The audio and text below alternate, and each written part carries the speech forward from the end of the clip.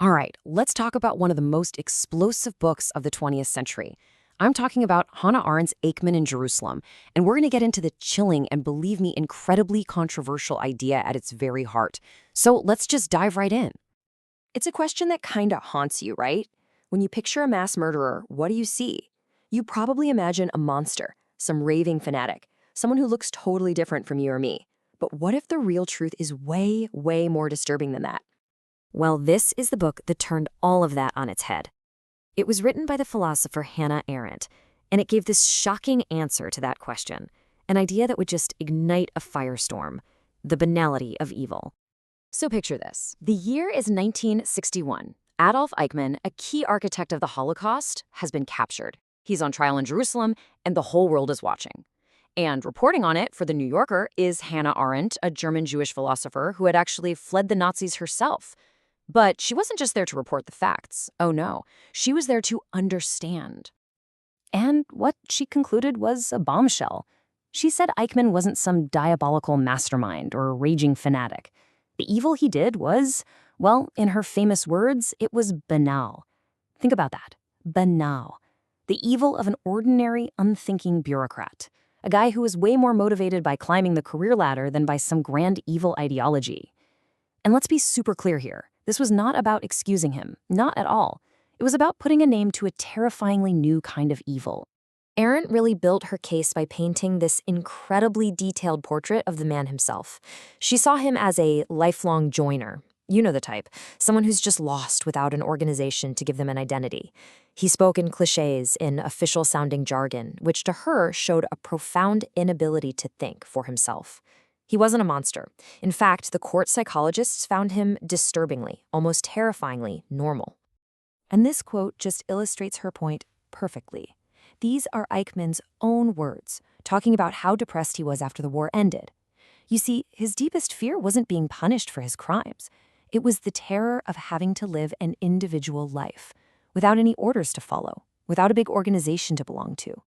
This right here is probably Arendt's most famous and definitely most controversial observation. She watched his posturing, his bragging, his thoughtless clichés, and she concluded he wasn't just banal, he was a clown. A terrifyingly effective, world-destroying clown, but a clown nonetheless. So the book comes out, and the backlash, it was immediate and it was fierce. A lot of people thought that Arendt had gotten it profoundly, dangerously wrong. The attacks on her work really came from two main directions, and each one struck at the very heart of her argument and, to be honest, at her as a person, too. Okay, so first, the critics said she just completely misread the guy. They argued that she seriously downplayed his virulent, fanatical anti-Semitism, which they saw as his real motivation. To them, Eichmann wasn't some thoughtless paper pusher. He was a true believer, and calling his evil banal felt like a dangerous minimization of that hatred. But the second attack, wow, this one was even more personal and a lot more painful. It focused on a part of her book that many, many people read as an accusation against the victims themselves. So Arendt controversially wrote about the role of the Judenrats, the Jewish councils that were forced to work with the Nazis. She argued that their cooperation, even though it was coerced, actually made the machinery of death more efficient. Her thinking was that more people might have actually survived through pure chaos than through this organized compliance. Well, you can imagine, this sparked absolute outrage, and that charge of blaming the victim would follow her for the rest of her life. So, how did Arendt respond to this firestorm? Well, she didn't back down, not 1 inch. Instead, she defended her work, her analysis, and even her famously ironic tone. She went to great lengths to clarify her point. Her criticism wasn't aimed at the Jewish people for not resisting. It was aimed squarely at the Israeli prosecutor Gideon Hausner. She found his repeated questions to survivors, "Why didn't you fight back?" to be, in her words, silly and cruel, because they showed he had no idea what it was like to live under conditions of total terror. And as for the complaint that her tone was inappropriate, she was completely unapologetic. I mean, in a famous interview, she totally stood by her assessment of Eichmann as a clown and defended her ironic style as just who she was. The tone, she said, is really the person in this case. This public exchange she had with her close friend, the scholar Gershom Scholem, it just perfectly captures the whole debate. He accused her of lacking ahavat Yisrael, a love for the Jewish people.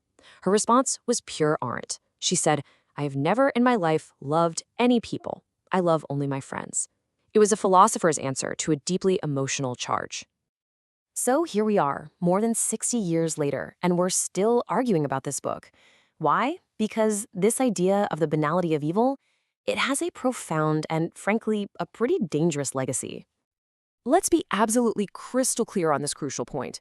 Arendt never, ever tried to excuse Eichmann. Her goal was to understand and to warn us about a new kind of crime, one that doesn't need monstrous intent, just thoughtless participation in a monstrous system. The power of this concept is that it forces us to look in the mirror.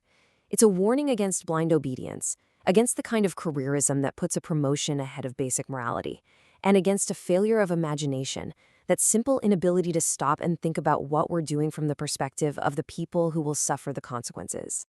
And this is so key. Arendt was not a pessimist. She really believed that even in the absolute darkest of times, the power to think for yourself and to make a moral choice remains. As proof, she'd point to places like Denmark, where widespread nonviolent resistance saved the vast majority of its Jewish population.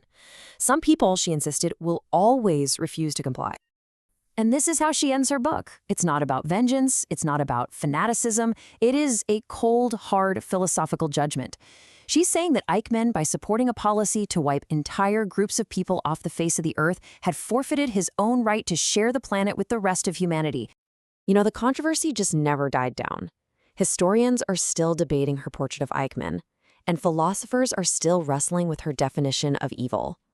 Her work is just as challenging and just as necessary today as it was back in 1963. Ultimately, Arendt's report from Jerusalem isn't just about some historical event or one Nazi official. It's a mirror, and it places a really heavy burden squarely on all of our shoulders.